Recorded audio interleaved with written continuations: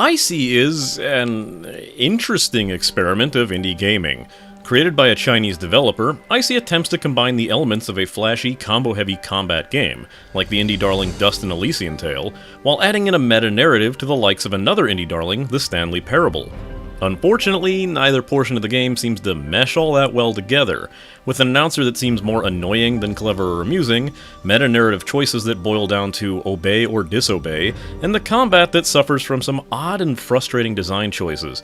It seems perfectly serviceable considering the origins, but overall it might wear thin for those more familiar with better games in both varieties. ICEY has been available on Steam for a decently priced $10.99, while recently making its way to the Nintendo Switch eShop for roughly the same amount of money. But the Steam version comes with a free soundtrack download and free DLC. But that's not all you want to hear, is it? Alright, spoiler time after the title card. While I usually say to head out if what I said interested you, I'd kind of encourage you to stick around because this game isn't nearly as cool as I made it sound. But far be it from me to taint your views and experience with this game with my own opinions on it. So, I'll give you a few seconds to decide if you're going to stick around or not. Alright, you still here? Good. Everyone else out? Ready? Alright. Fuck this game!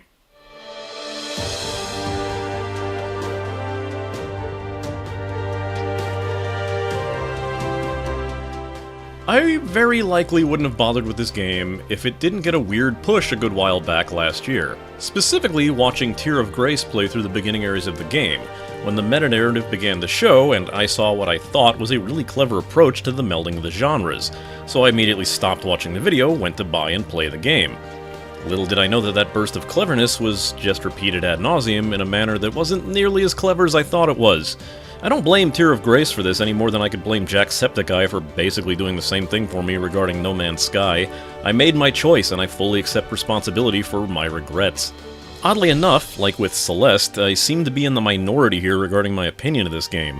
But I'm unwilling to concede that ICEY has any merit worth its favor. I will get into why, but I'm expecting people not to be happy with half the things I say here. You'd think I was trying to stir up shit. ICEY ended up with a nomination in this year's Game Awards with the baffling specific category of Best Chinese Game. I guess when your entire market is drowning in pay-to-win MMOs and copyright-infringing mobile currency farms, I guess that having any game that doesn't ask you for $100 to reach the next level must seem like Breath of the fucking Wild. Well, it's not pixel graphics for once on this show. We're bound to reach this point, sure, but ICEY's look isn't exactly super stellar. It's this live 2D flashish animation style that's okay for a bit, but I've never been a really big fan of this style. One might argue that it's done similar to things like Vanillaware, you know, Dragon's Crown and the like, but it's more like static images that are stretched, warped, and anchored together to look animated, rather than using multiple frames in conjunction with that for different animations. Even ICEY, who I think is the best looking sprite in the game, being the main character, you'd hope so, she doesn't look all that great when they zoom in on her, and she's lacking in facial expressions, save for a weirdly slow blink she does when idling. Combat is kinda fluid. I have my issues surrounding hitboxes, lack of iframes after taking damage, and several other things that can make the game feel like absolute shit, but I can't deny it's flashy and really fun to play when you have it down. Chaining combos together fills the screen with effects, but it's made a bit hard to keep track of ICEY and the mass carnage that'll usually take place in larger fights. Made worse when the game tries to convince you that something is fundamentally wrong by adding any number of Adobe After Effects looking filters to obscure the look of the game, which can be painfully obscuring and just annoying repeated flashes. I kinda hate this interface though. Well, I mean, the battle interface is okay, but going into menus gives this weird CRT filter, with more system-style plain fonts to suggest that you've hacked into the program at its base, with frequent interruptions to make the narrator seem to enter code commands to varying degree of believability, all to try to back up this meta-narrative and make it seem like you're playing a game about a game. Bitch, you ain't super hot. Can't really fault this game on its music, save for a really droning and dull track that plays throughout several early levels. The boss themes and latter stages all have a great electronic rock aspect that can really be a driving force for the combat. Hell, my favorite track appears on a boss that you can easily end up skipping if you're just following the directions. Also, if you own the game on Steam, this soundtrack is a free download, so at least there's that.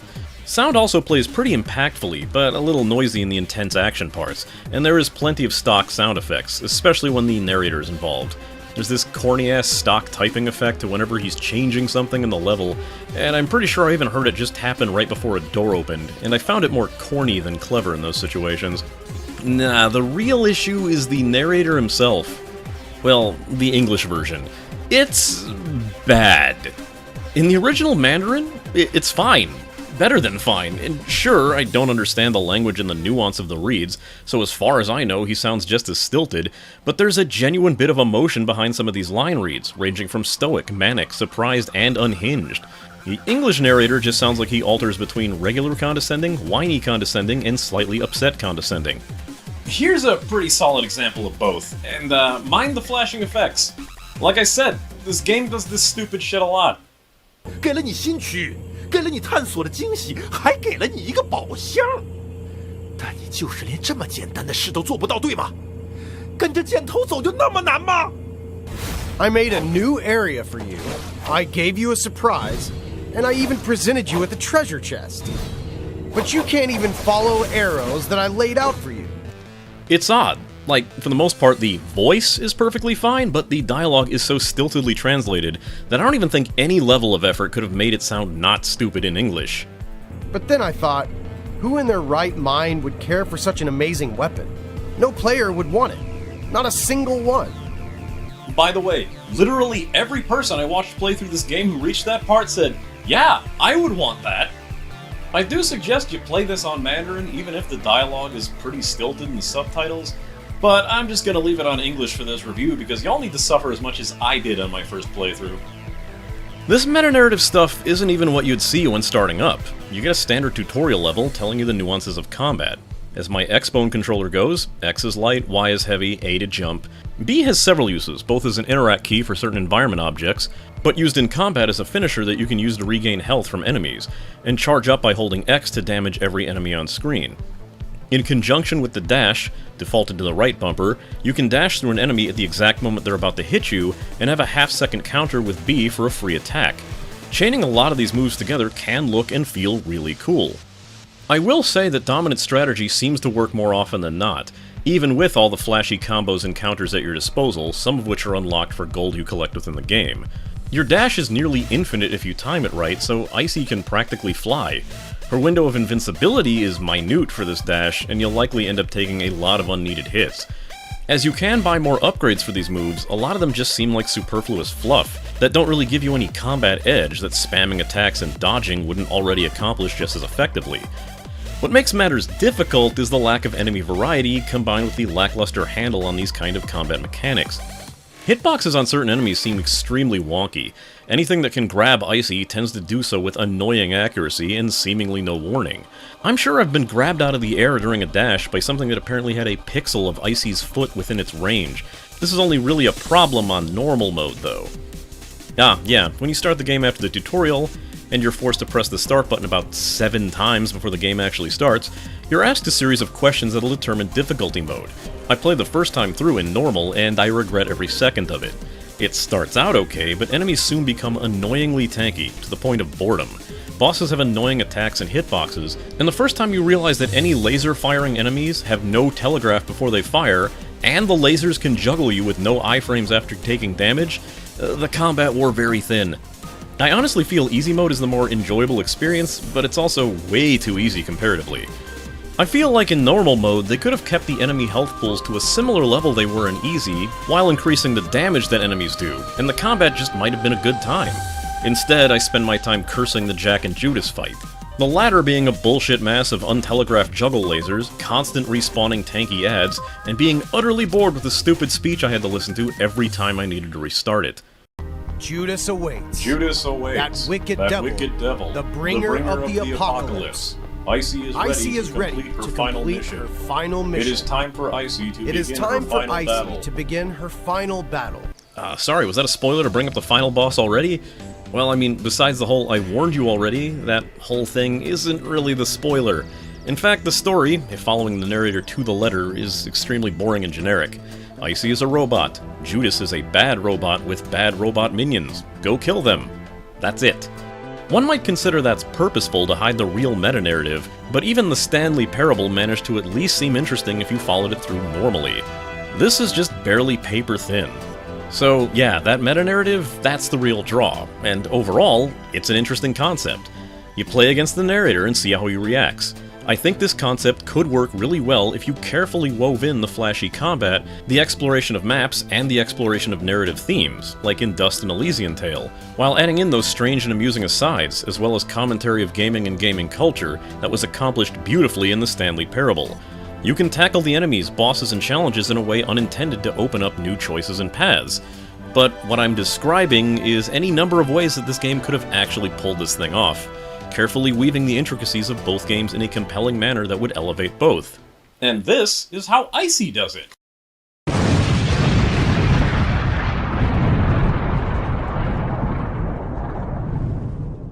Again, I was sold on this whole meta concept from Tear of Grace's video, and I will describe the exact area that made me get the game. It's made pretty obvious by the wink-wink way the game tells you to follow the arrows and instructions, that not doing so will net you different results. The likely earliest one you'll come across will have him asking you to activate a bridge. It comes up so fast that if you're just running into the next area, you're likely to fall off the cliff before you notice, prompting a reaction from the narrator. If you do it again, he seems more annoyed and gets further pissed off to the point that he'll port you a few feet earlier, trapping you in an area and scolding you for not listening to him, assuring you that he's only there to help. Once you're let go, jump down a fourth time because, of course you're going to, and he becomes so exhausted he makes a new area to where you've jumped down, and offers up a treasure chest containing some extra gold. I thought it was interesting that the very layout of the game could change depending on the choices you made, and I was immediately ready to play. Little did I know that that was about the closest this game ever got to pretending it was actually changing around you. Because just locking in a room to whine at you was essentially how every single other one of these was going to go. Seriously, every meta moment in this game comes about in the same manner. Don't go that way! What? You went that way! I told you not to go that way! What? You did it again? Seriously, don't do that! Oh no! You did it again! I guess I'll give you some gold. Or I'll lock you in a room for several minutes while I yell bullshit at you and force you to restart. Notable annoyances are the totally empty room in the sewer, which has the narrator whine about how you're not leaving when he tells you there's nothing in there, only for a trophy to appear, and him to whine incessantly about gamers' infatuation with the concept of trophies and achievements. You're just looking for more trophy points. Do you know how that makes us game producers feel? You're rendering the content we make completely meaningless. Hold up, motherfucker! You put this shit in the game! Commentary on achievements only works if you're making people do extremely absurd or mundane tasks to accomplish them. Have you seen the achievements list for the Stanley Parable? Play the game for the entire duration of a Tuesday? Don't play the game for 5 years? That is how you do a meta-commentary on the lengths that gamers will go for these achievements. Having players just sit and wait in a room while you berate them is just garbage. You force us to have to do this event in order to see the true ending too, so it's not just gamers obsessed with trophies. Just fuck you, asshole! Head into the totally don't go here warehouse, head onto the top floor, and enter this crate to find an unfinished room, and beholden to the rant where the narrator whines about how hard it was to work on the game, how many times he had to scrap his design concepts, and begs you to give him a 5-star rating as well as buy another copy. Is this commentary? Going the wrong way in the metro station will reveal the truth about ICEY. Apparently, in which you're flashed back to the tutorial where you learn about a robot named ICEY, who found some other robots as friends until tutorial ICEY came along and killed them all while learning the ultimate attack. So who's the real monster? Bitch, you ain't Undertale. In the metro station, you dash through this grate, which causes an instant reset, until you do so enough times to force the narrator to show you what's down there.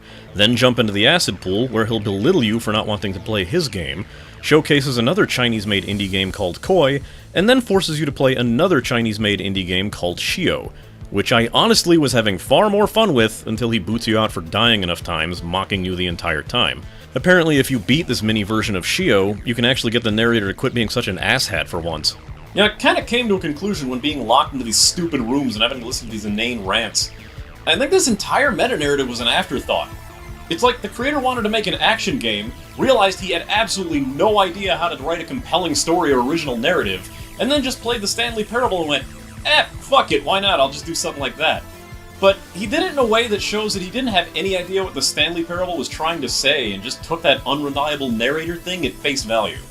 That's not to say there aren't interesting things that are done by avoiding the narrator's commands. You can get a reaction by simply using multiple dashes to clear the broken bridge and completely skip the sewer level. Since Ultimopolis' gates shut slowly, you can chain dash to pass through the gates without defeating the Thor boss first. There's an entire skippable level of the Puppet Theater where you ride an elevator to take down swarms of enemies and eventually face off against a bonus boss, Robo Deadpool in high heels. Just a warning about him though, it's a really rough fight on normal mode, and when you're told to go left and as usual might ignore his instructions, the game pretends to crash, taking you to another locked room event before you can restart. If you decide to follow his directions this time, you'll have to beat the boss again, but you'll find out that the exact same things happen. So, unless you just really like fighting Jack, there is no reason to fight him again if you've already done it once. One issue is how inconsistent this game is with the aspects of exploration. You get scolded for ignoring directions one minute, and get rewarded for it the next. Heading down a suspicious hall could let you skip a level, or find some extra gold. It can also lead you to a dead end, and you'll have to restart the area, or get locked in a room with waves of enemies that you have no need to fight. Sometimes areas cannot be accessed until you hit the interact button with no prompt telling you that you could do so. It is highly and annoyingly inconsistent to do something like this with this type of exploration-encouraged design. Hell, you can even skip over one of the boss fights on the way to Judas if you just ignore the instructions to kill an unarmed character called Trinity. However, doing so will cause you to have to wait around until the narrator finally stops whining about how you're not listening to him and lets you continue on. How long do you have to wait? About 3 minutes. Bitch, you ain't Earthbound. And that wasn't even a good idea in Earthbound. In fact, this waiting shit is the only other common thread to this meta-narrative. Sometimes there isn't an arrow, but a dead end. Instead, you just have to sit there until the narrator reacts. Waiting for 3 minutes for these events to trigger is annoyingly common. Keep in mind that finding a lot of these meta events are all required for you to finally see the true ending. I feel one might argue that the inconsistency of the narrator is intentional.